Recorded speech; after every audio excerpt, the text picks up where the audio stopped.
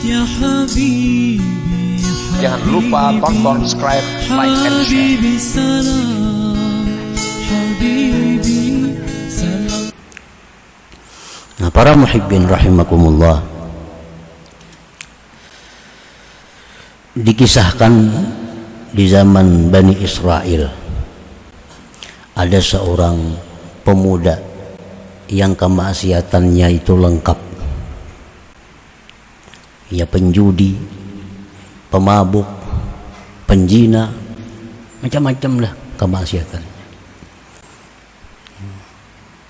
Dan demikianlah pekerjaan pemuda ini setiap hari, selalu maksiat, sehingga disebut ini bambungnya Bani Israel.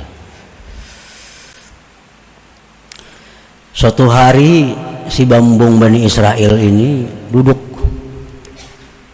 melihat lewat di jalan itu ada seorang ahli ibadah, ahli taat kepada Allah. Si ahli ibadah ini berjalan, awan menaungi di atasnya.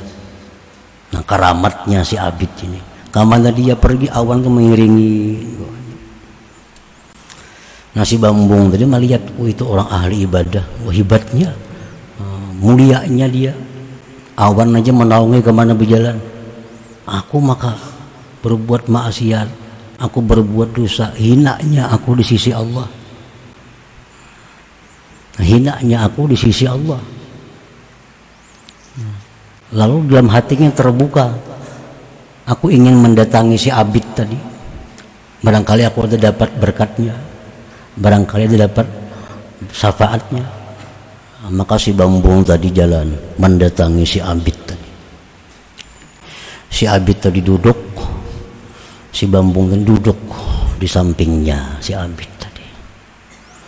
Si abid yang ahli ibadah ini melihat dihiga, oh ini pemabuk dihigaku nih, penjudi, apa duduk betatai aku sini, kumuan nih, tinggalkan aku, jangan berparak sini,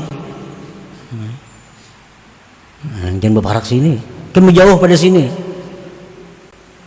Kalau cocok betatai aku macam itu, kalau pantas orang seperti ini betatai duduk lawan inya. Nah, si abid ini menampakkan kebesaran dirinya, sedangkan si bambung tadi menampakkan kehinaan dirinya. Akhirnya Allah Subhanahu wa ta'ala menurunkan wahyu kepada Nabi di masa itu. Isi wahyunya, wahai Nabi, sampaikan kepada abid itu bahwa seluruh amal ibadahnya aku hapus, aku gugurkan karena kesombongannya. Dan sampaikan kepada si bambung tadi, seluruh dosa-dosanya diampuni oleh Allah Subhanahu wa ta'ala.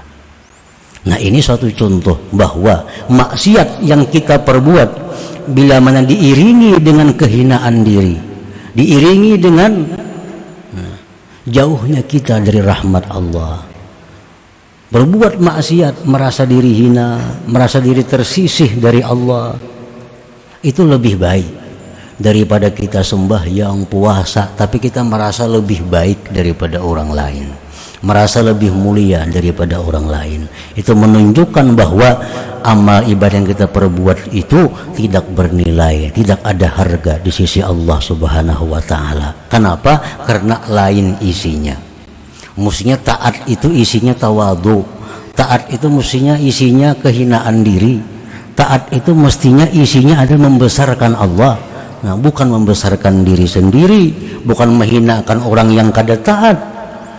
Nah, bila taat itu sesuai isinya, tentu akan sangat dihargai oleh Allah Subhanahu wa ta'ala. Tapi bila kada sesuai isi, taat akan hanya menjadi nama taat, tapi harganya, nilainya nol di sisi Allah Subhanahu wa ta'ala. Nah, para muhibbin rahimakumullah, itulah sebagian yang dimaksud daripada hikmah yang ke-40, yang ke-94 ini, bahwa ternyata ada dosa yang bisa membawa kita ke surga. Dosa macam apa? Dosa yang disesali, dosa yang menyebabkan kita sedih, menyebabkan kita merasa hina.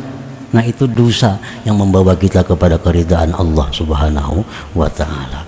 Nah kemudian selanjutnya hikmah yang ke-95 ila hadratin Nabi sallallahu alaihi wasallam. Al-Fatihah. Ar-Rahman Ar-Rahim.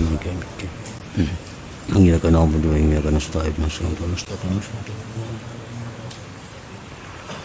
Ya Allah biha, ya Allah biha, ya Allah biha husnul khatimah. Ya Allah biha, ya Allah biha, ya Allah biha husnul khatimah. Ya Allah biha, ya Allah biha, ya Allah biha husnul khatimah.